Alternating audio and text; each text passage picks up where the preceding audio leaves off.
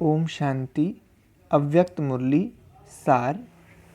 जहान को रोशन करने वालों की महफिल। आज बाप दादा हर एक बच्चे को देख हर्षित हो रहे हैं, क्योंकि बाप दादा जानते हैं कि हर एक बच्चा कितनी श्रेष्ठ आत्मा है।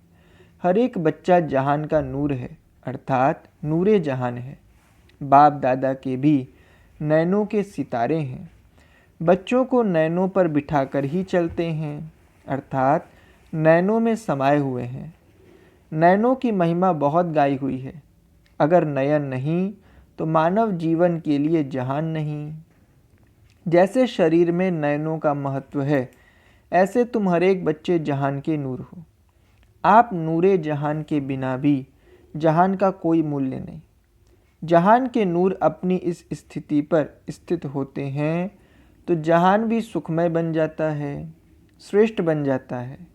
और जहान के नूर अपनी श्रेष्ठ स्थिति से नीचे आ जाते हैं तो जहान भी असार संसार बन जाता है। इतना आप सबके ऊपर आधार है। जैसे कहावत है, आप जागे तो संसार जागा, आप सोए तो संसार सोया। ऐसे संसार के आधार मूर्त हो। आपकी चढ़ती कला से सर्व की चढ़ती का संबंध है। आपकी गिरती कला से विश्व की गिरती कला का संबंध है। इतनी जिम्मेवारी हर एक के ऊपर है। ऐसे समझ करके चलते हो, ऐसी स्मृति रहती है। बाप दादा हर एक बच्चे की वर्तमान स्थिति को देखते हैं। हर एक जहान का नूर कहाँ तक जग को रोशन कर रहे हैं। आँखों को ही जीवन की ज्योति कहते हैं। आप सब जग की ज्योति हो। अगर जग की ज्योति स्वयं ही हिलती रहेगी तो जग का क्या हाल होगा। यहाँ भी यह हद की लाइट नहीं जलती या हिलती है तो क्या महसूस करते हो? क्या उस समय अच्छा लगता है?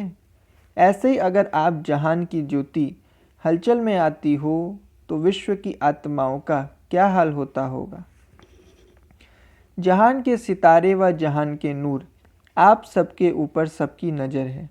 सबको इंतजार है। किस बात का? भक्ति मार्ग में एक शंकर के लिए कह दिया है कि आँख खोली और परिवर्तन हो गया। लेकिन यह गायन आप शिववंशी नूरे जहान का है। यह जहान की आँखें जब अपनी संपूर्ण स्टेज तक पहुँचेंगी, अर्थात संपूर्णता की आँख खोलेंगी तो सेकंड में परिवर्तन हो जाएगा। तो जहान के नूर बताओ, संपूर्णता की आँख कब खोलेंगे? आँख खोली तो अब भी है, लेकिन अभी बीच बीच में माया की धूल पड़ जाती है तो आँखें हिलती रहती हैं। जैसे स्थूल आँखों में भी धूल पड़ जाती है तो आँख का क्या हाल होता है। एकाग्र रीति से दृष्टि नहीं दे सकेंगे। सारा विश्व आप जहान की आँखों के एक सेकंड की दृष्टि लेने के लिए इंतजार में है कि कब हमारे इष्ट देवों व देवियों की हमारे ऊपर दृष्टि पड़ेगी, जो हम नज़र से निहाल हो जाएंगे। ऐसे नज़र से निहाल करने वाले अगर स्वयं अपनी आँख मलते रहेंगे तो नज़र से निहाल कैसे करेंगे। नज़र से निहाल होने वालों की लंबी क्यू है, इसलिए सदा संपूर्णता की आँख खुली रहे। बाप दादा जहान के नूरों का वंडरफुल दृश्य देखते हैं। जहान के नूर भी अपने नयनों को एकाग्र नहीं रख सकते।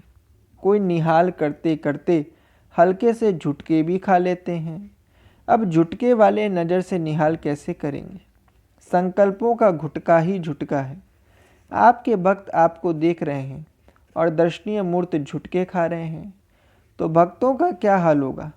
इसलिए आँखों का मलना और झुटका खाना बंद करना पड़े, तब दर्शनीय मूर्त बन सकते हो।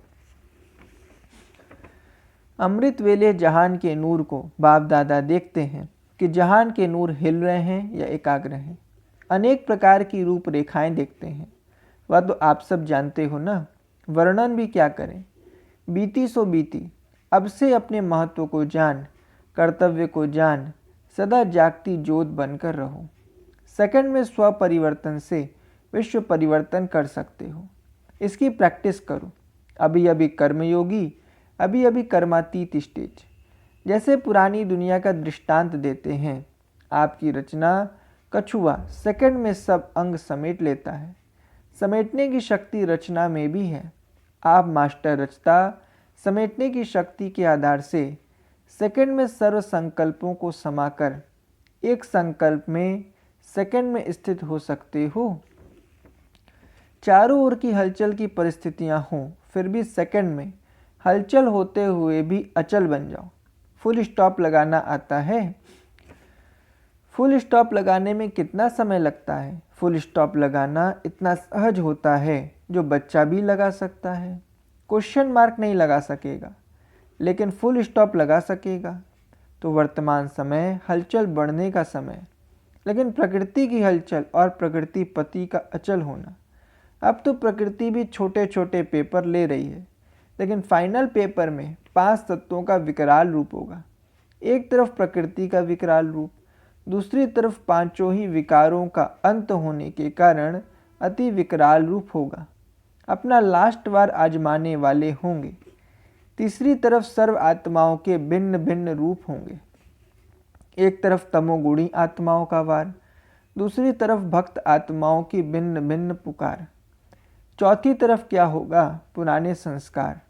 लास्ट समय वह भी अपना चांस लेंगे, एक बार आकर फिर सदा के लिए विदाई लेंगे। संस्कार का स्वरूप क्या होगा? किसी के पास कर्म भोग के रूप में आएंगे, किसी के पास कर्म संबंध के बंधन के रूप में आएंगे, किसी के पास व्यर्थ संकल्प के रूप में आएंगे, किसी के पास विशेष अलबेलेपन और आलस्य के रूप में आएंगे। ऐसे चारों ओर का हलचल का वातावरण होगा। राज्य सत्ता, धर्म सत्ता, विज्ञान सत्ता और अनेक प्रकार के बाहुबल सब अपनी सत्ताओं की हलचल में होंगे। ऐसे समय पर फुल स्टॉप लगाना आएगा या क्वेश्चन मार्क सामने आएगा? क्या होगा? इतनी समेटने की शक्ति अनुभव करते हो? देखते हुए न देखो, सुनते हुए न सुनो। प्रकृति की हलचल देख प्रकृति पति बन, प्रकृति को शांत करो। अपने फुल स्टॉप की स्टेज से प्रकृति की हलचल को स्टॉप करो। तमोगुणी से सतोगुणी स्टेज में परिवर्तन करो। ऐसा अभ्यास है? ऐसे समय का आवाहन कर रहे हो ना? समेटने की शक्ति अपने पास जमा करो। इसके लिए विशेष अभ्यास चाहिए। अभी अभी साकारी, अभी अभी आकारी, अभी अभी निराकारी। इन तीनों स्टेजेस में स्थित रहना इतना सहज हो जाए, जैसे साकार रूप में सहज ही स्थित हो जाते हो, वैसे आकारी और निराकारी स्थिति भी मेरी स्थिति है। तो अपनी स्थिति में स्थित होना तो सहज होना चाहिए। जैसे साकार रूप में एक ड्रेस चेंज कर दूसरी ड्रेस धारण करते हो, ऐसे यह स्वरूप की स्थिति परिवर्तन कर सको। साकार स्वरूप की स्मृति को छोड़ आकारी फरिश्ता स्वरूप बन जाओ।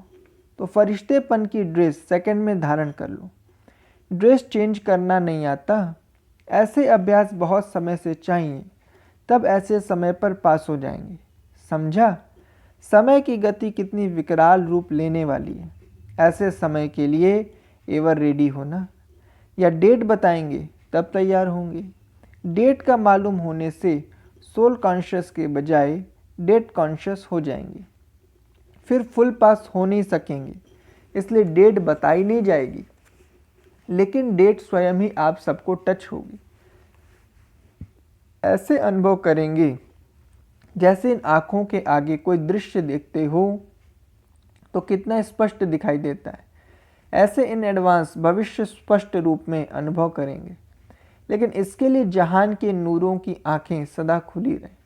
अगर माया की धूल होगी तो स्पष्ट देख नहीं सकेंगे। समझा क्या अभ्यास करना है? ड्रेस बदली करने का अभ्यास करो। आज मधुबन में 3 नदियों का संगम है, दिल्ली, यूपी और फॉरेन। त्रिवेणी का संगम है। आज सागर गंगा में नहाने आए हैं। बाप तो गंगाओं को ही आगे करेंगे। तीनों ही नदियां अपनी अपनी रफ्तार से पावन बनाने की सेवा में लगी हैं। हर एक की महिमा एक दूसरे से महान है, क्योंकि फॉरेन से आवाज़ निकलना है।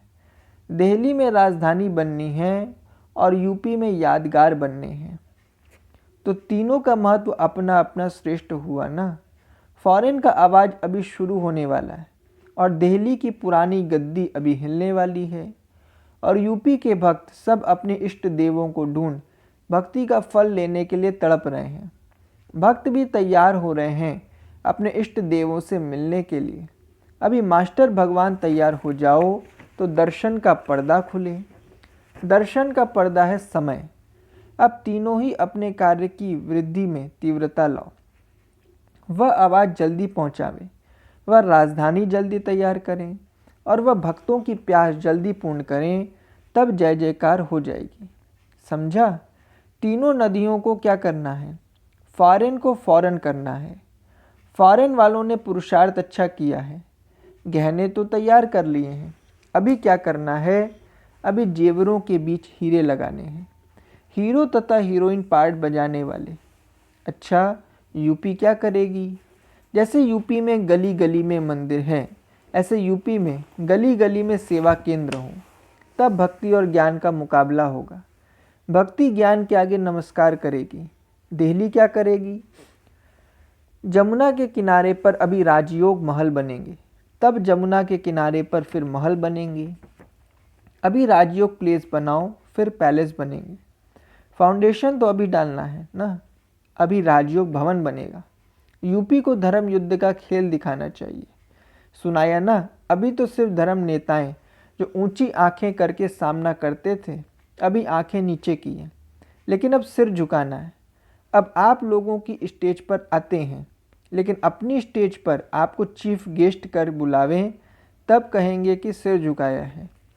बाप दादा के सर्व संकल्पों को पूर्ण करने वाले, श्रेष्ठ शुभ आशाओं के दीपक, सदा फुल स्टॉप लगाने वाले, सदा एवर रेडी, बहुत समय के अभ्यासी, स्व परिवर्तन से विश्व परिवर्तन करने वाले, त्रिवेणी नदियों को बाप दादा का याद प्यार और नमस्ते।